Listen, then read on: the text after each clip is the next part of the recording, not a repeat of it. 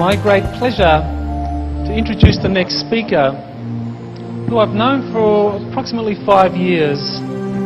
And in that 5 years, I've gotten to meet him a number of times. And one of the things that I really appreciate about Alex Collier is his courage. It takes a lot of courage to come out and speak a truth that people aren't ready for.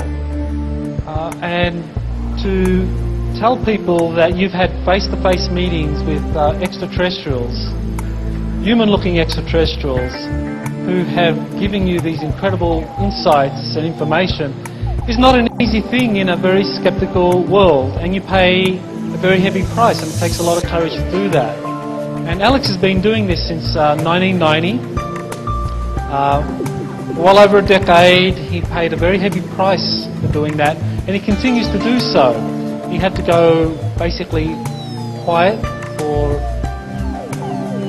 a number of years, had to go kind of like underground, semi-retirement, but only the last year, it's only the last year that he's come back to give some public presentations to talk about what is really an ongoing set of experiences with these phenomenal extraterrestrials from the Andromeda constellation.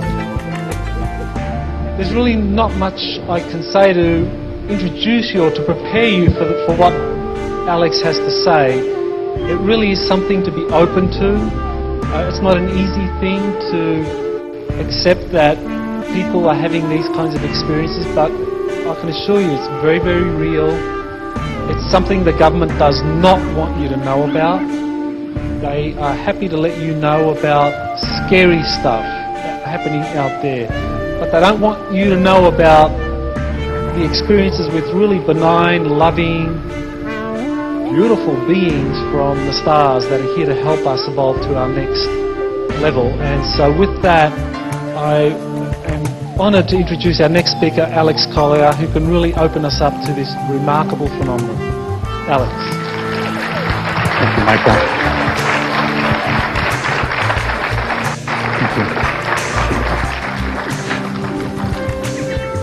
Hi, ladies and gentlemen. Thank you so much for attending this presentation. I want to thank Dr. Sala and Angelica and all the staff for this incredible conference.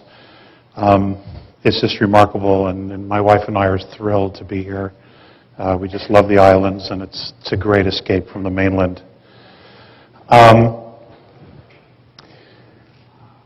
What I don't want to do today is go into a lot of background. There is more than enough information out there. I know if you just type in my name, some things will come up, okay, both pro and con. And I would just encourage you to research it and make up your own mind. What I want to do, though, is I want to just get right into it. I'm traditionally a very slow starter in a talk, and I want to avoid that.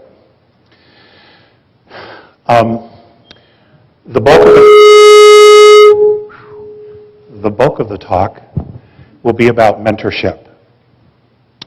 I want to spend about 15-20 minutes just kind of bringing you up to speed with things that are going on in the world. Obviously, I'm going to assume you're all paying attention to what's going on. The world politically is changing dramatically. We are moving towards a fascist world government. Individual liberties and rights are disappearing all the time. In fact, here in the United States, the only reason we have a Bill of Rights is because of the Second Amendment, because they haven't figured out how to get the guns. The Constitution is essentially gone. They're doing whatever they want, whenever they want, regardless of the boundaries and the chains that the Constitution limited them to.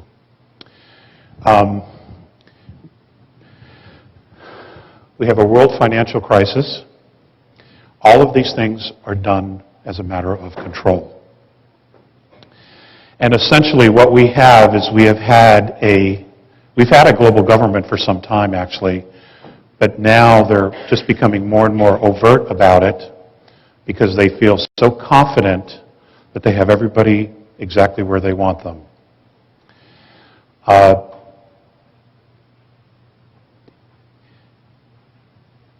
the next couple of years are just going to be absolutely amazing.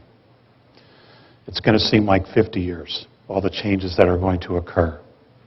In the end, however, we will look back at it and say, my God, what a blessing. Because clearly what we're doing and what we have created for ourselves isn't working. It has only detached us so much, not only from the earth, but from who we actually are as souls, as beings. So it's not sustainable in any way, shape, or form. Even if the governments of the world came clean and said, okay, we are colonizing Procyon and Altar, and we have found all of these resources, and we're bringing them to the earth, and everything's going to be okay, it is still unsustainable. And the reason for that is we are not living a spiritual life. And that's what we are. We're spiritual beings.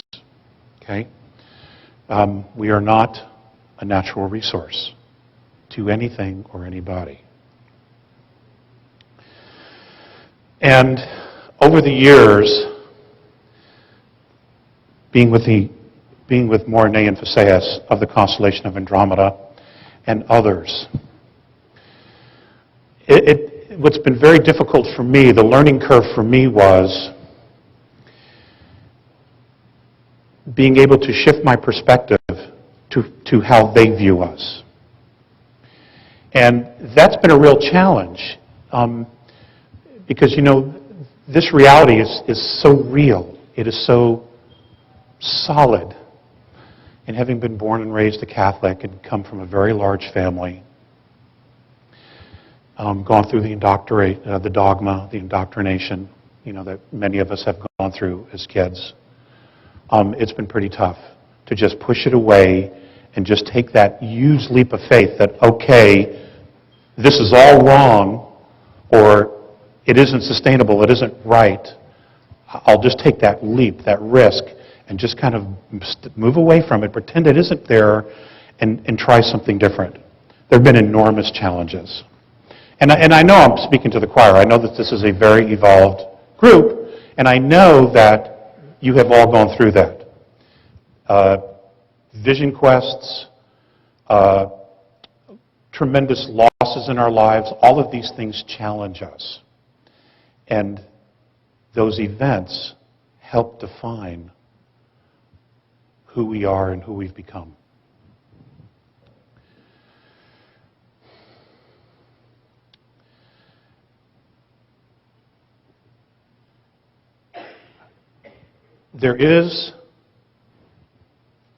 Earth is complicated.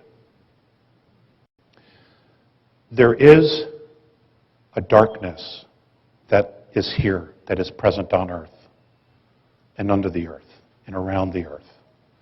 Okay? I don't want you to think that it doesn't exist. Earth is a great example of duality.